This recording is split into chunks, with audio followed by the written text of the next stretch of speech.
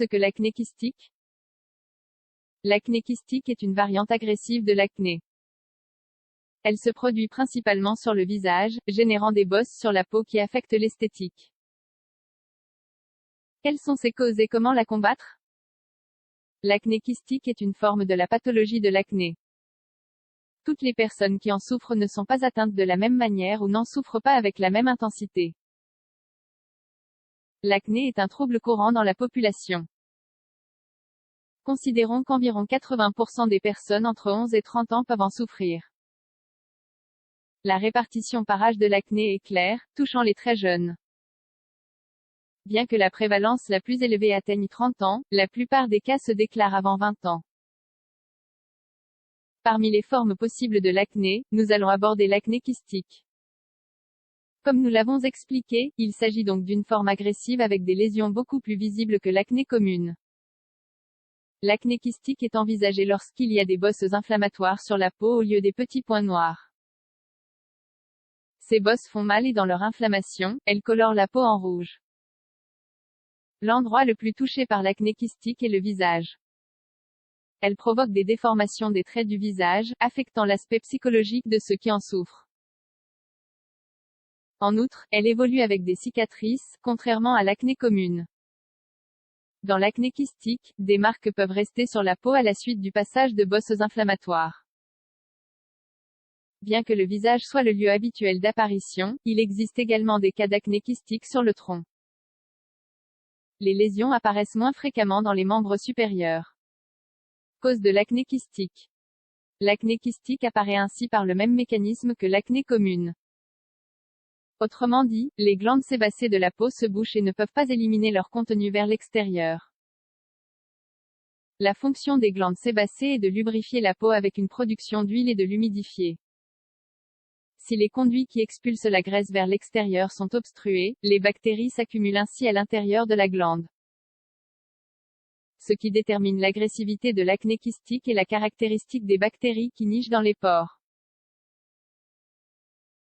Dans ce cas, les micro-organismes sont les générateurs d'inflammation. L'acné kystique a également été lié aux hormones.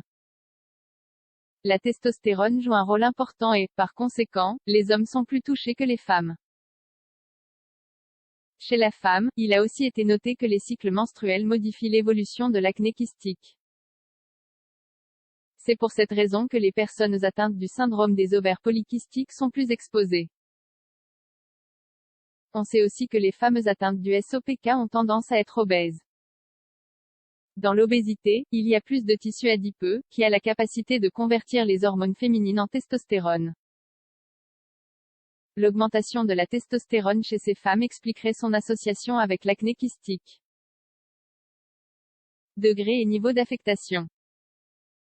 L'acné kystique n'a pas toujours les mêmes symptômes. Ceux qui en souffrent peuvent en souffrir à 3 degrés différents.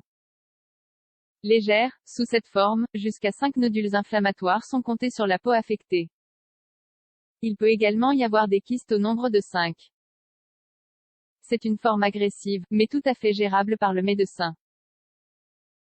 Il ne nécessite généralement pas plus qu'un traitement local avec des crèmes et des soins généraux. Modéré, l'acné kystique est modéré avec plus de 10 lésions nodulaires purulentes, mais moins de 20. C'est une forme qui nécessite déjà l'utilisation de médicaments oraux. Vous avez un risque élevé de générer des cicatrices à l'avenir. Sévère, c'est la forme la plus agressive de toutes, présentant plus de 20 lésions sur tout le corps. Les nodules sont généralement gonflés la plupart du temps et sécrètent du pus. Cela fait un peu mal sous pression et aussi spontanément. C'est une variété qui répond mal au traitement et peut même nécessiter des injections d'anti-inflammatoires locaux. Parfois, si le pus est en quantité excessive, il doit être drainé avec une intervention chirurgicale. Traitement de l'acné kystique. En dehors de l'acné kystique légère, qui peut être traitée avec des crèmes, le reste des formes cliniques nécessitent des médicaments oraux ou injectables. Ce sera un professionnel de la santé qui le déterminera dans chaque cas. Les antibiotiques constituent la première étape du traitement. Ils essaient de détruire les bactéries qui se sont logées dans les glandes sébacées de la peau. Ce sont des traitements qui durent des mois, voire jusqu'à 1 an. Ensuite, la deuxième étape du traitement est la spironolactone. Ce médicament est indiqué chez les femmes atteintes de la maladie, en particulier celles atteintes du syndrome des ovaires polykystiques. La spironolactone réduit la production de testostérone par les cellules graisseuses. Enfin, le médicament le plus efficace, mais limité à des cas particuliers, est l'isotrétinoïne. Il est consommé par voie orale et, lorsqu'il est efficace, il réduit l'inflammation en libérant les canaux obstrués des glandes sébacées. Vous savez donc que si vous souffrez d'acné kystique, il est essentiel de consulter un médecin ou un dermatologue. Votre degré d'affectation sera ainsi déterminé, établissant le traitement approprié. Il est aussi très important que vous ne commenciez pas par vous-même des thérapies susceptibles d'aggraver la maladie au lieu de la soulager.